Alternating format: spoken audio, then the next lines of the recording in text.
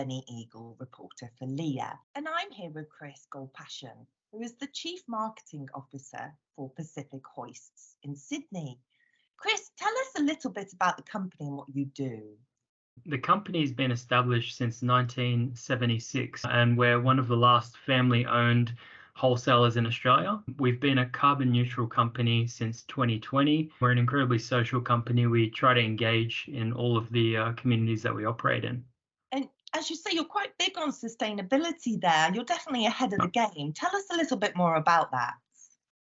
Yeah, absolutely. So our carbon neutral journey began in 2019. So we became fully certified carbon neutral in 2020. And how that started was that we conducted a pre-audit. It was something that the board came up with, that this is part of our strategy. We want to become carbon neutral and we want to be the first in the industry to do it. So we got in people to audit our emissions, came up with a figure of what we need to reduce and what we need to offset. And then we started. So it was our goal to be carbon neutral by 2022.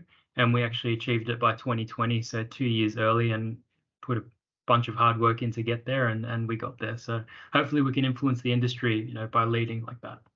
Congratulations. What kind of feedback did you get from customers on doing that? It's been fantastic. So the end user feedback is phenomenal. We see ourselves, as a leader in the market. So we're able to go in front of end users and present it that way. Any product that they get from Pacific Hoist is delivered to them carbon neutral. So with your, major end users that have that as part of their reporting, we do reduce their emissions in some way or another by dealing with Pacific Hoist, even indirectly. So if you purchase through a distributor who purchases from Pacific Hoist, we're delivering that carbon neutral to you. So the feedback has been great. We've presented at the LEEA conference about our carbon neutral alongside a professor from, I think it's UNSW. So that was a good bit of feedback that we got up on stage. And so far it's been great. I mean, everybody's received it really well. And tell us, do you have any interesting projects on the go at the moment? Projects, yes. So we're looking at getting solar in our WA facility, which is quite a significant investment, but it's something that we've committed to. The projects that we invest in, anybody can invest in them. So there's quite a few Australian carbon offset projects that you can look at.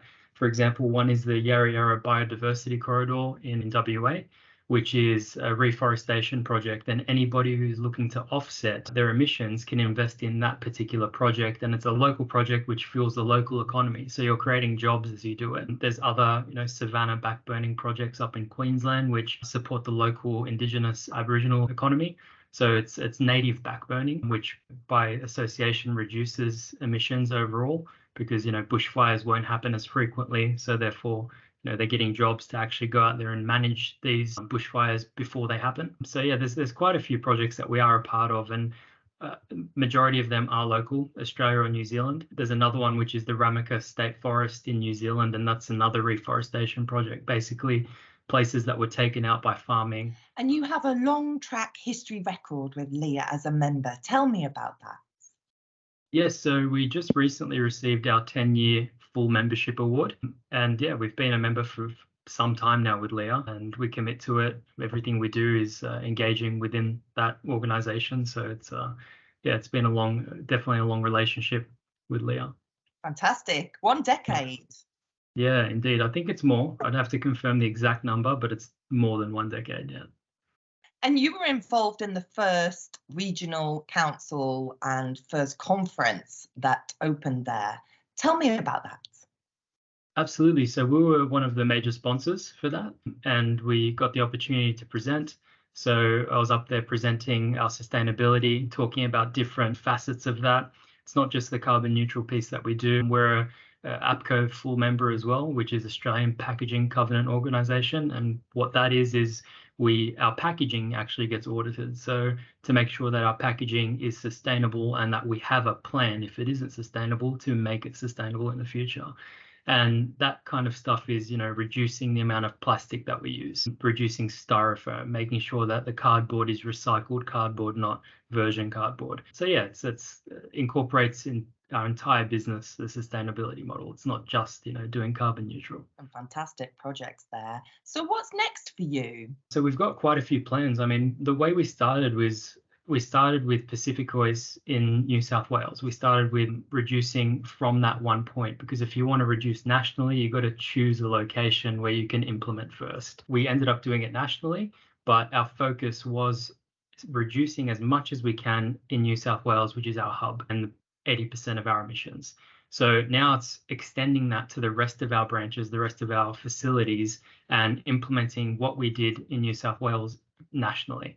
And it can be very simple things and it can be complex things. I'll give you an example. So some simple things are getting rid of vending machines, which annoy a lot of staff, but when you put free snacks in the kitchen, they're incredibly happy with that. So if you reduce a vending machine, you reduce about 2 tons of emissions per year, which is significant. Changing halogen lights to LED lights, very simple things like that. When you get into the more complex side of things, I already mentioned it, but adding solar, for example, to a building, it gets pretty complex because you don't know how long you're going to stay there for. If you have plans to grow, you have to weigh all the options. So our next plans are to add solar to all of our facilities and make sure that we can, engage with everybody that we need to get that happening. So that's one of our biggest plans coming up. Anything else? Anything else? We've gotten rid of all of our company cars, so there's not many more left to go. But the ones that we do have, we're changing to hybrid cars. So we've moved to that. Hopefully, the boss buys us all Teslas. That'd be great. So we move all to electric cars. But I don't think his pockets are that deep yet. So, well, yeah, it's just a constant. It's a constant improvement model. So we're not experts at this by any means. So what we know about it is quite rudimentary. The actual scope of carbon emissions is so broad that you're learning something every single audit. So we're going to get our audit results back any moment now. It's due in this week for the last financial year. And then we'll look at how we've done in the last 12 months, how we've reduced, look at key areas that we haven't reduced in or that we see opportunity to reduce in. For example, waste. Waste is a big project that we're looking at. How can we reduce, not only offset the waste that we produce, but reduce the waste that we actually produce? So we've got so many, for example, beyond economical repair parts that go into our bins. But how can we work with local providers for them to come take it and use it as scrap metal or something like that? And when you go down that route, you end up reducing your emissions significantly because you don't put that into landfill. So nobody's perfect at doing this, but it is a continuous improvement, constant learning model for us. And we're out there to help anybody as well. So any of our customers, whoever want to learn about it, we're absolutely willing. I mean, we've engaged with some of the biggest manufacturers in our industry globally to help them reduce their emissions and move towards carbon neutral. So that's something we look to do as well. We help consult and just guide them in the right way. It's nothing professional, but we've done it so we can help people get started at the very least. So I'd like to open it to anybody who would like help to reach out. Well, thank you so much. Some great advice there. And you're setting such a good example to others. I hope you continue with your success. Thank you, Jenny.